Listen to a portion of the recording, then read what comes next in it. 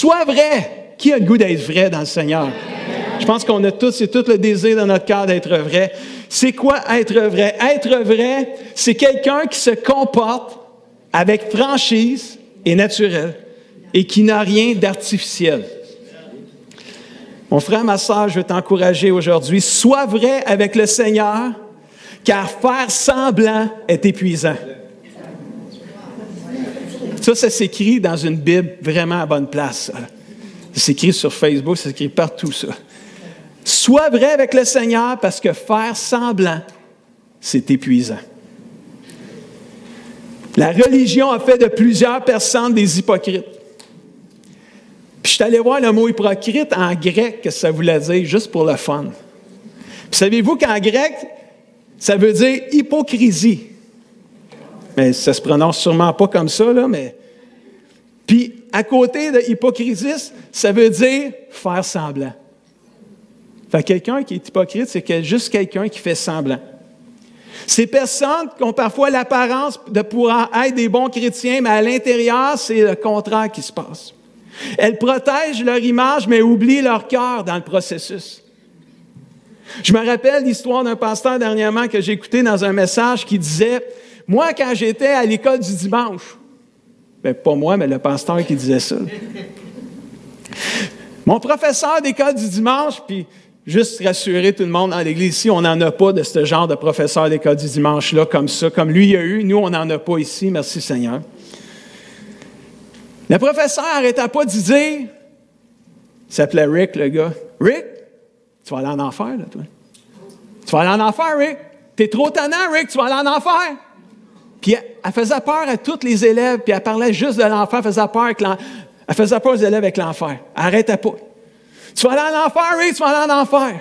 Puis là, à un moment donné, elle a dit, Rick, tu veux-tu aller au ciel? Puis là, Rick, il l'a regardé, puis il dit, oui, je vais y aller au ciel, mais si vous êtes là, je ne veux pas y aller.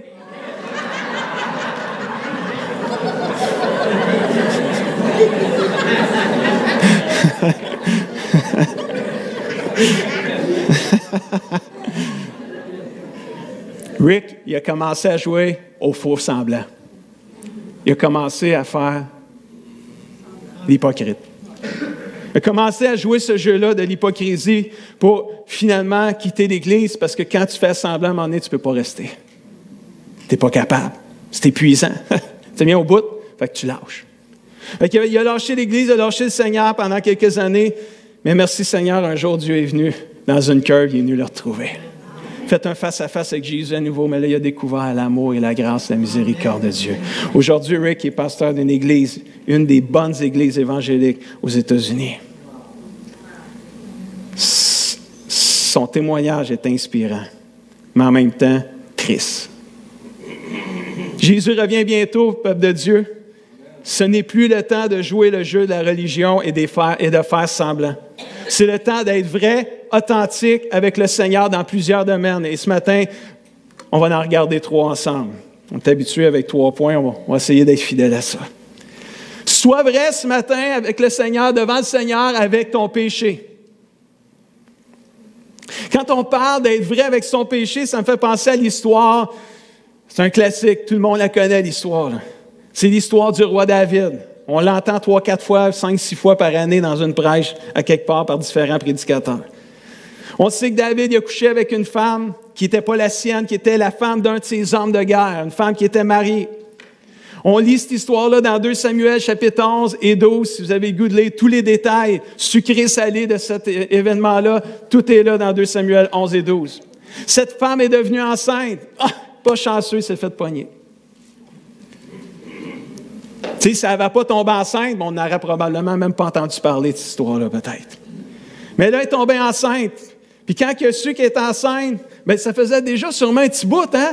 Parce que tu ne sais sûrement pas tout de suite que tu tombes enceinte, là. Fait qu'il y a quelques jours qui se sont espacés, là. Il y a au moins sûrement 1 mois, là. Parce qu'à un moment donné, tu n'as pas tes affaires de femme, là, qui viennent à chaque mois, là. C'est pas parce que là, tu fais un acte sexuel, tu sais que tu es enceinte, là. Il y a un bout, là, avant que ça arrive, là, avant que tu le saches, là. Fait qu'il faut penser à ça, là. C'est parce que dans la Bible, ça dit, coucher avec la femme, elle est devenue enceinte. C'est comme ça s'est fait tout de suite, là. Mais ça ne se fait pas tout de suite. Il y a un bout de temps là, entre les deux. Là. Et là, il apprend qu'elle est enceinte. Et là, vous connaissez son histoire pour ceux qui la connaissent. Il a tout fait pour essayer de camoufler son péché. Là. Il a essayé de tout faire pour le cacher, pour que ça passe sur le dos de son mari. Il a fait revenir son mari de la guerre pour que son mari couche avec elle, puis il n'a jamais voulu parce que c'était dans un temps de guerre et tout le monde était dans l'abstinence dans ce temps-là. Il a tout fait. Puis là, il s'est dit, il va le savoir, là, à un moment donné, qu'il y a quelqu'un qui a couché avec sa femme, puis tous les hommes étaient à la guerre, sauf le roi. C'était pas dur de trouver c'était qui le coupable là, qui avait couché avec sa femme. Fait qu'il s'est dit, il va le savoir, c'est un de mes hommes de guerre. Fait qu'il dit, il a envoyé une lettre à son chef de guerre là-bas, puis la lettre disait, mets cet homme-là sur la ligne de front pour qu'il soit là. Lui, dans sa tête, il s'est dit, on va le mettre sur la ligne de front, c'est le premier qu'on va tuer. Et c'est ça qui est arrivé. On l'a mis sur la ligne de front, cet homme-là a été tué. C'est pas David qui l'a tué, mais on s'entend-tu qui est dans le complot. Parce que c'est peut-être pas la place de cet homme-là d'être sur la ligne de front.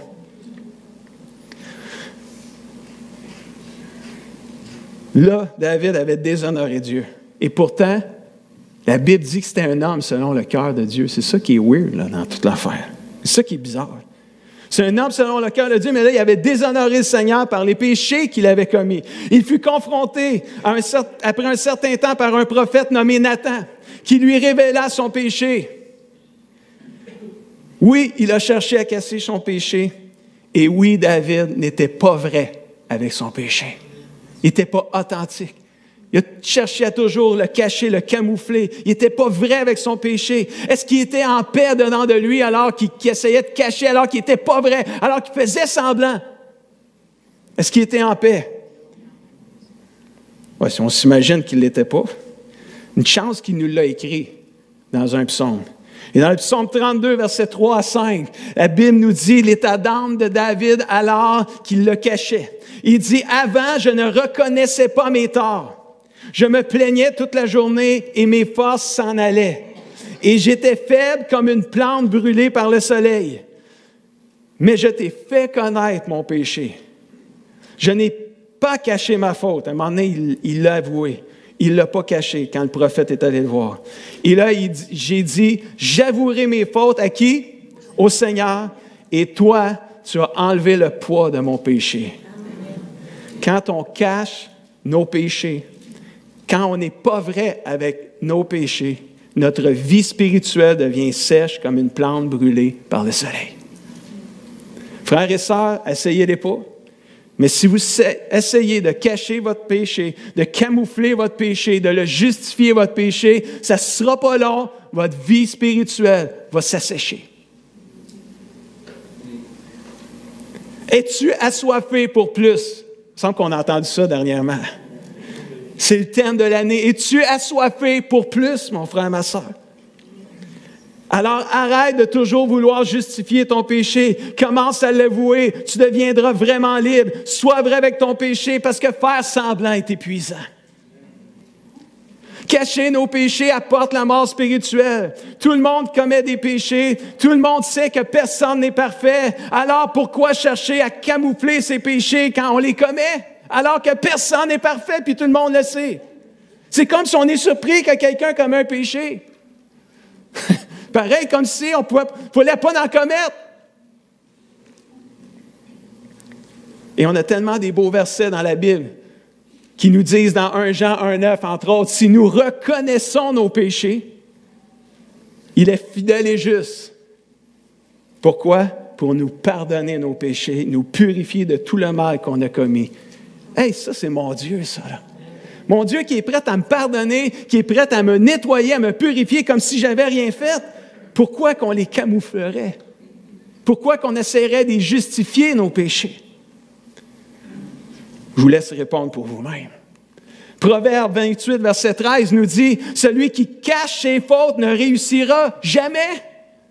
Mais celui qui les reconnaît et les abandonne est quoi? Dites-le avec moi. Pardonné. Alléluia. » Wow! Si je vous dis qui veut être pardonné, quelle question la plus facile qu'il n'y a pas. S'ils étaient tous de même à l'école, on aurait des bolets partout. Hein? Qui veut réussir? Celui qui cache ses fautes ne réussira jamais. On le voit partout dans la Bible. À chaque fois que quelqu'un essayait de cacher son péché, il ne réussissait pas. Parce que faire semblant, c'est épuisant, mon frère, ma soeur. Tu ne résistes pas. Sois vrai avec ton péché devant le Seigneur. Deuxième, sois vrai avec ton argent. Ouh! C'est différent de « Amen! » Ouh! Hey, pasteur, un matin, le péché, l'argent. Hey, c'est quoi le troisième point, là? Il y a plus de 2000 versets qui font allusion à la richesse et à l'argent dans la Bible. Il y en a environ 215 qui parlent de la foi, 208 qui parlent du salut, mais plus de 2000 qui parlent d'argent et de richesse. Juste de même. Je vais juste vous dire ça comme ça. Ça ne veut pas dire que l'argent est plus important que la foi et le salut. Là. Ça veut peut-être juste dire qu'il faut y porter une attention particulière. Personne n'est mal à l'aise quand on parle de foi. Personne n'est mal à l'aise quand on parle d'amour, de paix. On aime ça dans l'Église, parler de ça. Mais quand on parle d'argent, certains ressentent un malaise. Mais moi, mes frères et sœurs, il ne faut pas être mal à l'aise quand on parle d'argent dans l'Église. Ça fait partie de la vie de tous les jours. Anyway, pas d'argent, il n'y a personne ici à matin, là. L'argent fait partie du quotidien, de l'hebdomadaire de tout le monde. On gagne notre vie, il y a de l'argent qui rentre, il y a des comptes qui rentrent, puis il en rentre souvent plus, là, tu sais. Mais c'est comme ça la vie, là. L'argent fait partie de la vie et la Bible en parle plus de 2000 fois. Fait que ça veut dire, c'est quand même important, là, apprendre à considérer, y porter attention. L'argent est un bon serviteur, mais un mauvais maître. Quand c'est l'argent qui est notre maître, on a un problème. Mais quand l'argent est à notre service et que c'est Jésus le maître, ça fait toute la différence. Mais Jésus, il le dit différemment que moi je viens de le dire, mais dans Matthieu 6, 24, ça dit, vous ne pouvez pas servir deux maîtres. Ou bien tu vas en aimer un et tu vas détester l'autre, ou tu vas être fidèle à un et tu ne seras pas fidèle à l'autre. Vous ne pouvez pas servir à la fois Dieu et l'argent, ou Mammon, là, dans certaines versions, qui est le Dieu de l'argent.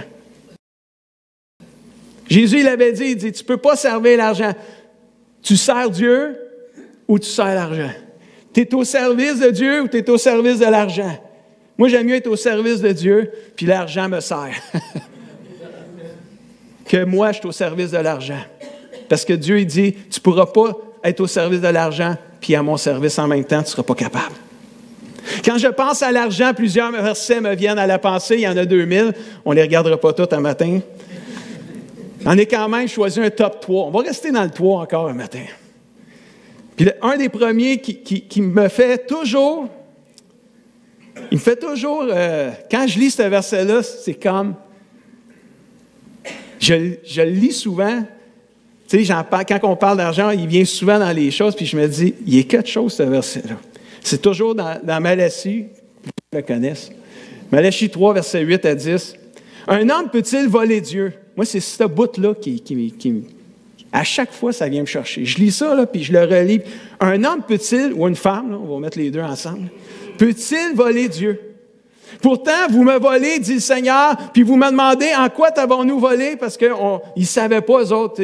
Dieu dit, vous me volez, puis eux autres, ils disent, non, on ne vole pas, Seigneur. C'est quoi qu'on ferait pour te voler? Bien, il dit, quand vous retenez vos dîmes et vos offrandes, vous êtes sur le coup d'une malédiction. Parce que vous tous, vous me volez, vous tout ce peuple. Puis là, après ça, il continue, puis il dit au verset 10, apportez vos dîmes dans leur totalité dans le trésor du temple, dans la maison du Seigneur.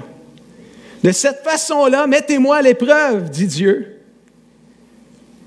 Alors, vous verrez bien si de mon côté, je n'ouvre pas pour vous les écluses des cieux et ne vous comble pas avec surabondance de ma bénédiction. Un homme peut-il voler Dieu? Voler l'opportunité de donner à Dieu de nous bénir. C'est comme si, en retenant nos dîmes et nos offrandes, on vole Dieu de nous bénir, l'opportunité de nous bénir. Dieu, il veut nous bénir, frères et sœurs. Dieu, il n'est pas gratteux. Il est généreux. Il nous donne 100% de son argent. Puis il nous demande juste d'en rapporter 10 dans son église, dans son temple. Puis il nous en laisse 90. Il est cool quand même. Famille de Dieu, sois vrai devant le Seigneur avec ton argent et ta générosité. Donne l'opportunité à Dieu de te bénir. Alléluia. Parce que Dieu, c'est ça qu'il veut. Dieu, il veut qu'on lui donne l'opportunité de nous bénir et souvent, nous, on lui vole cette opportunité-là. Pour X raisons. Je ne rentrerai pas dans les raisons, c'est personnel à chacun. Mais je vous le dis juste les versets ce matin pour vous stimuler à la générosité ce matin. Honore le Seigneur dans Proverbe 3, versets 9 et 10. Honore le Seigneur avec les biens et avec les prémices de toutes tes récoltes, de tous tes revenus. Les prémices, c'est les premières parties. Alors tes granges seront remplies d'abondance. Ça, c'est quand même une image, là. En voulant dire, honore le Seigneur avec la première partie de tes revenus, puis tu manqueras de rien. C'est ça que ça veut dire. 2 Corinthiens 9, verset 7 nous dit, « Chacun doit donner ce qu'il a décidé dans son cœur, sans tristesse et sans en être forcé. En effet, Dieu aime celui qui donne en chiolant. » Non, avec joie. Amen. Frères et sœurs, sois vrai devant le Seigneur avec ton péché. Sois vrai devant le Seigneur avec ton argent. Ose mettre Dieu à l'épreuve dans ta vie. Donne-lui l'opportunité de te bénir. Il va le faire. Il va le faire. Sois vrai, troisièmement, avec ton cœur.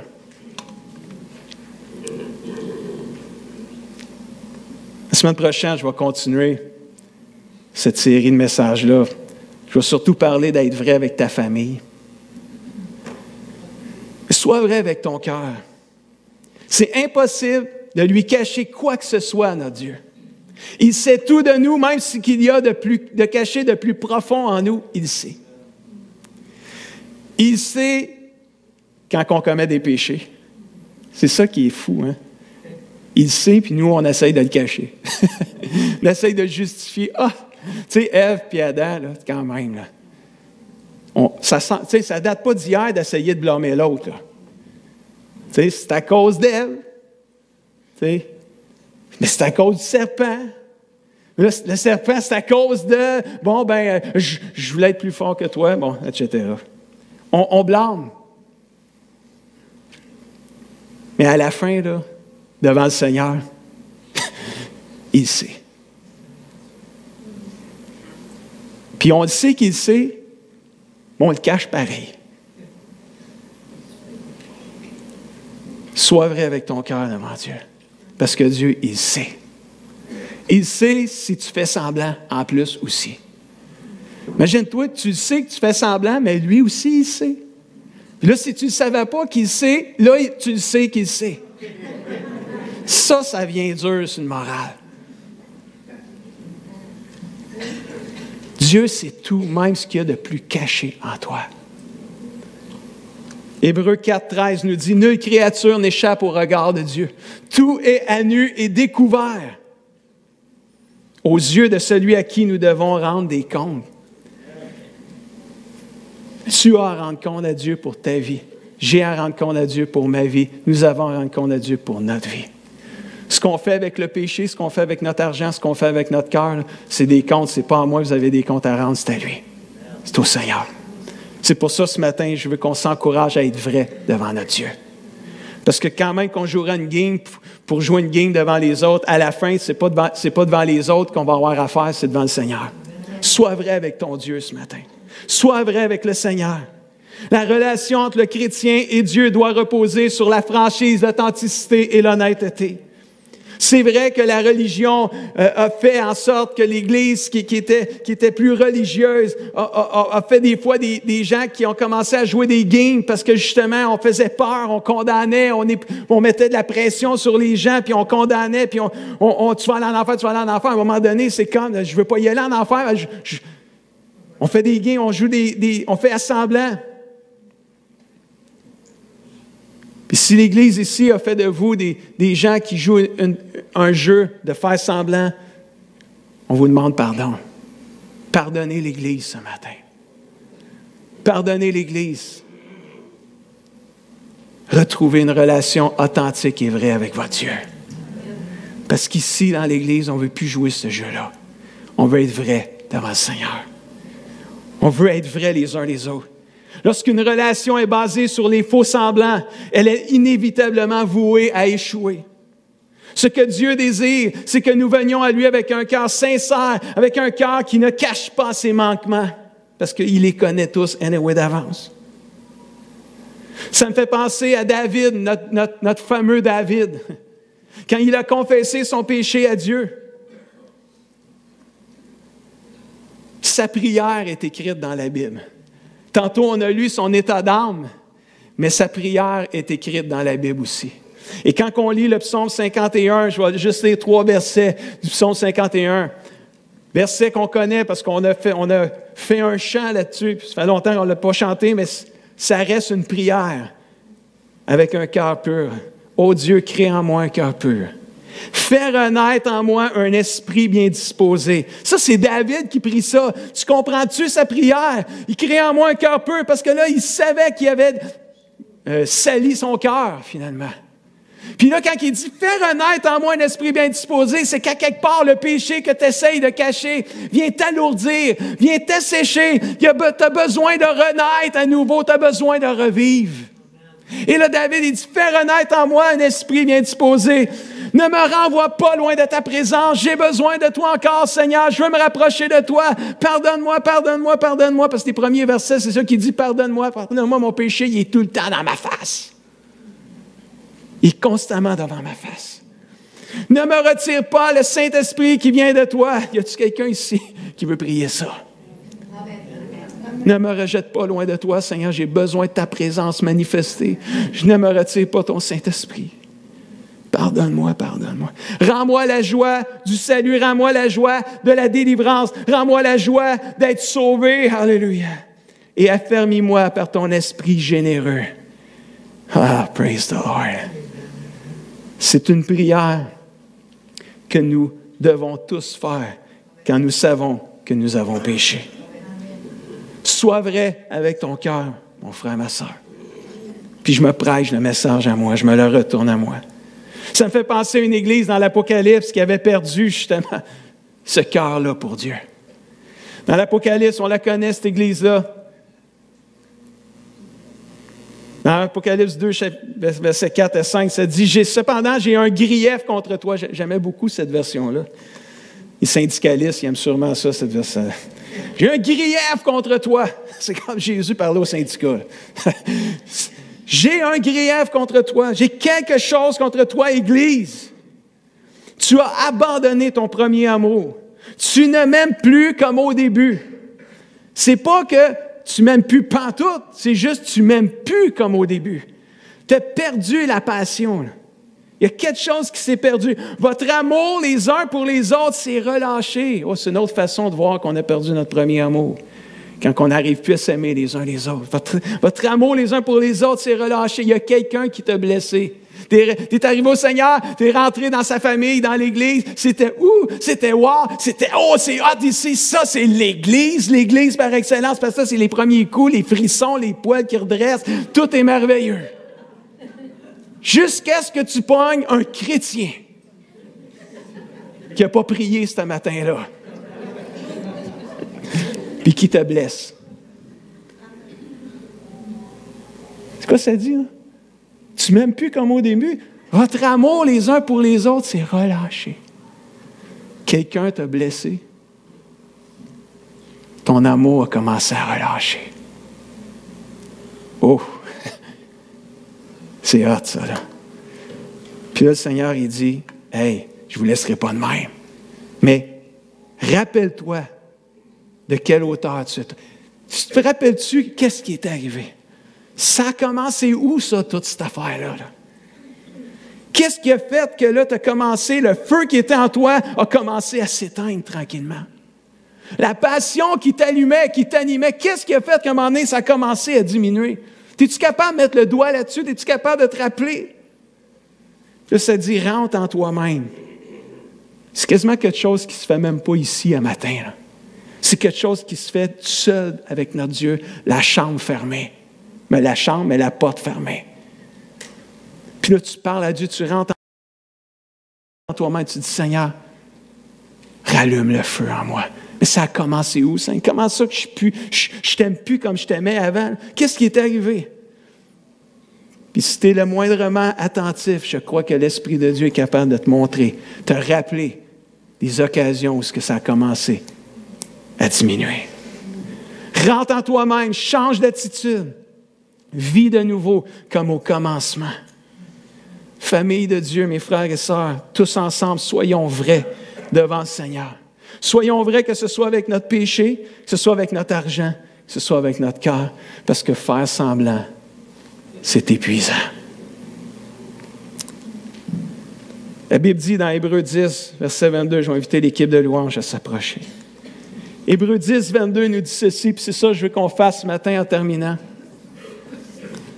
Approchons-nous donc de Dieu avec un cœur sincère et une entière confiance.